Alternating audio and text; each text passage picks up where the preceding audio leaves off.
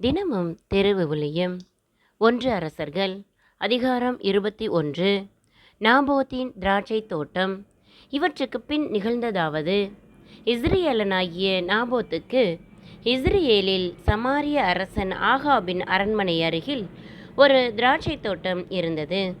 ஆகாபு நாபோத்திடம், உன் திராட்சை தோட்டம் என் அரண்மனை அருகில் இருப்பதால் நான் அதை காய்கறி தோட்டம் ஆக்கும்படி என்னிடம் கொடுத்துவிடு.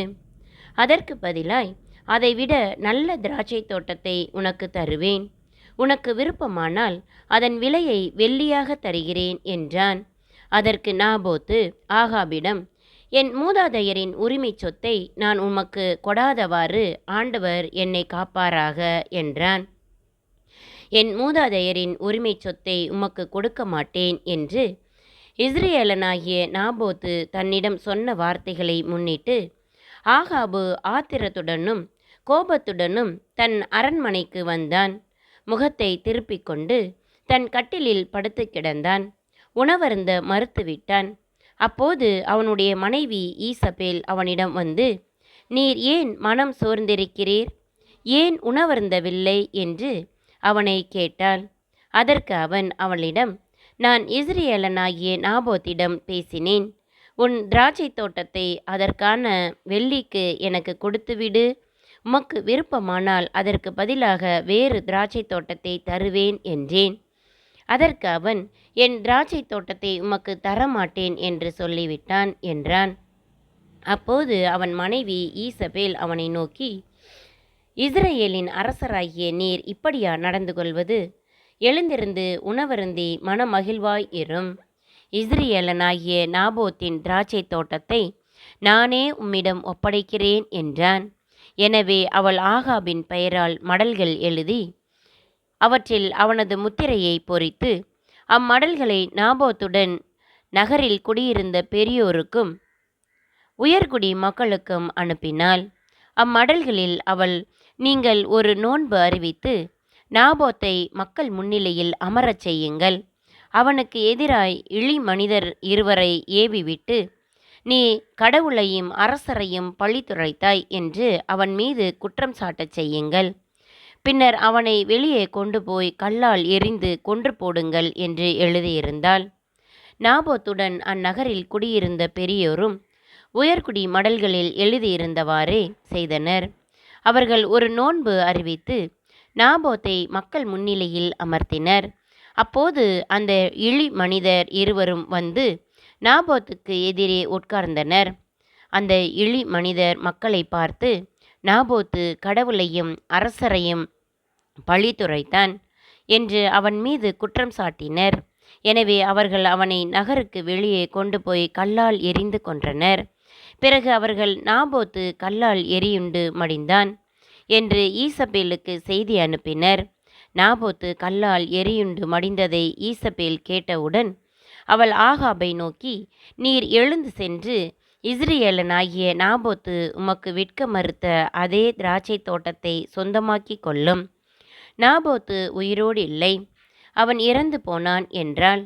நாபோத்து இறந்து போனதை ஆகாபு கேட்டு இஸ்ரயேலனாகிய நாபோத்தின் திராட்சை தோட்டத்தை உடைமையாக்கி கொள்ள புறப்பட்டு போனான். அந்நேரத்தில்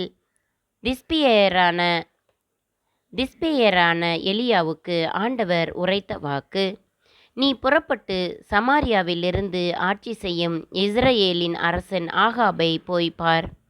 அவன் நாபோத்தின் திராட்சை தோட்டத்தை தன் உடைமையாக்கி கொள்ள அங்கு போயிருக்கிறான். நீ அவனிடம் சொல்ல வேண்டியது, ஆண்டவர் இவ்வாறு கூறுகிறார், நீ கொலை செய்து கொள்ளையடித்திருக்கிறாய் இல்லையா? எனவே நீ அவனிடம் சொல்ல வேண்டியது, ஆண்டவர் இவ்வாறு கூறுகிறார், நாய்கள் நாபோத்தின் இரத்தத்தை நக்கிய அதே இடத்தில் அவை உனது இரத்தத்தையும் நக்கும். அப்போது ஆகாபு எலியாவை நோக்கி, என் எதிரியே, என்னை கண்டுபிடித்து விட்டாயா என்று கேட்டான். அதற்கு அவர், ஆம், நான் கண்டுபிடித்து விட்டேன். ஆண்டவர் பார்வையில் தீயதெனப்பட்டதை செய்யும் அளவுக்கு உன்னையே விற்றுவிட்டாய். இதோ நான் உனக்கு தீங்கு வரச் செய்வேன். உனது வழிமரபை ஒழித்து விடுவேன்.